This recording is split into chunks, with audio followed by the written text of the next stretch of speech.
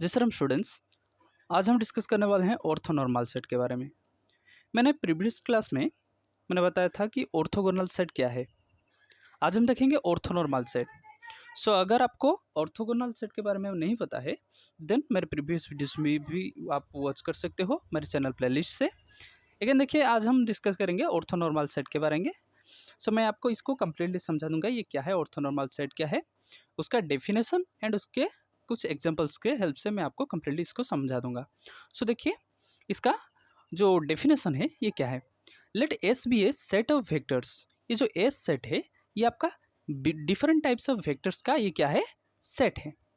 ये जो एस है ये आपका सेट ऑफ वेक्टर्स है। अगेन, ये जो एस है ये आपका एक इनर प्रोडक्ट स्पेस है। एस आपका इनर प्रोडक्ट स्पेस है एंड ये जो एस है ये आपका सेट ऑफ वेक्टर्स है। देन आपको प्रूव करना है एस जो है ये आपका ऑर्थोनॉर्मल है। ऑर्थोनॉर्मल सेट को प्रूव करने के लिए आपको ये दो कंडीशन को सेटिस्फाई करना पड़ेगा।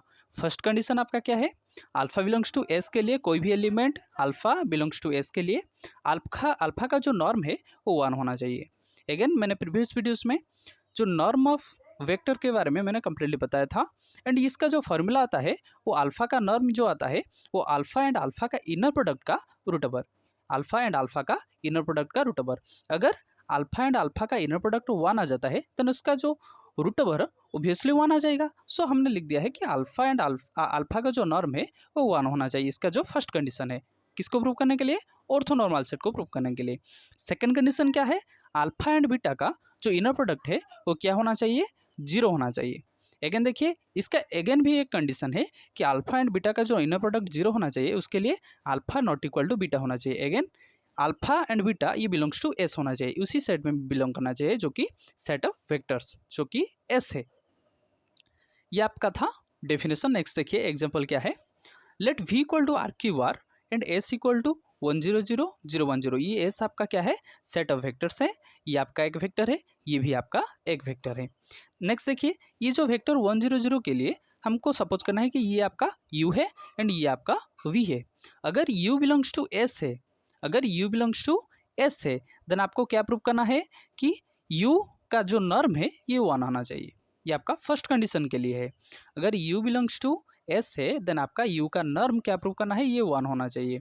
नेक्स्ट देखिए, v बिलोंग्स टू एस के लिए v का नॉर्म क्या होना चाहिए, 1 होना चाहिए। सो उसी टाइप से हम फाइंड करेंगे u का नॉर्म। सो u का जो नॉर्म है वो क्या आ जाता है, u एंड u का inner product, u and u का इनर प्रोडक्ट।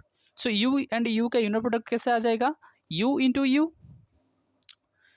जैसे देखिए, फर्स्ट एलिमेंट से मल्टीप्लाई होगा, मतलब 1 से 1 मल्टीप्लाई होगा, 0 से 0 मल्टीप्लाई होगा, 0 से 0 मल्टीप्लाई होगा एंड इन सभी का सम।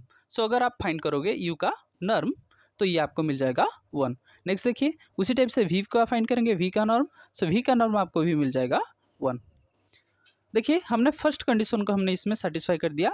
u बिलोंग्स टू s के लिए, v बिलोंग्स टू s के लिए u का नॉर्म 1 है, v का नॉर्म 1 है। सेकंड कंडीशन क्या है, alpha not equal to beta के लिए ये जो u है इसमें हमने अल्फा एंड बीटा कंसिडर किया है एंड इसमें u एंड v। सो इसमें कंफ्यूज नहीं होना चाहिए। u आपका बिलोंग्स टू s है, v बिलोंग्स टू s है। So u not equal to v है। देखिए, u जो वेक्टर है नॉट इक्वल टू v है, इसमें भी सेम कंडीशन है। Alpha not equal to beta के लिए आपका अल्फा एंड बीटा का जो इनर प्रोडक्ट है आपको 0 प्रूव करना है। उसी टाइप से u not equal to v है एंड इसमें आपको प्रूव करना है कि u एंड v का जो इनर प्रोडक्ट है वो आपका 0 होना चाहिए।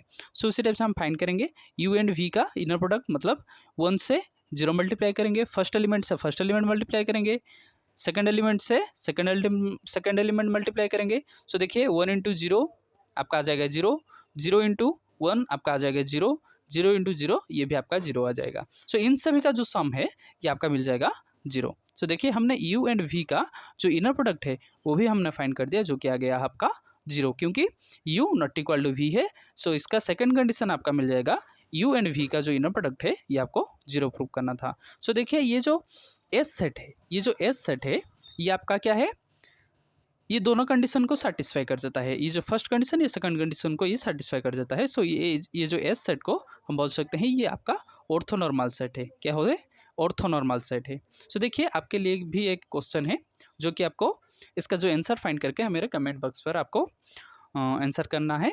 तो देखिए, आपके लिए क्वेश्चन क्या है, if v equal to R square R then आपका जो सेट दे रखा है, गिवन सेट दे रखा है, ये है 1/√5 1 to 1/√24 -2 एंड आपको प्रूव करना है ये जो एस सेट है ये क्या है, ऑर्थोनॉर्मल सेट है। सो इसका आंसर आपको फाइंड करना है एंड मेरे कमेंट बॉक्स पर आपको कमेंट लेना है।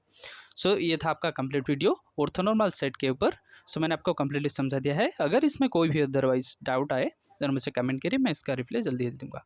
So thank you students, please like and subscribe my channel. Thank you.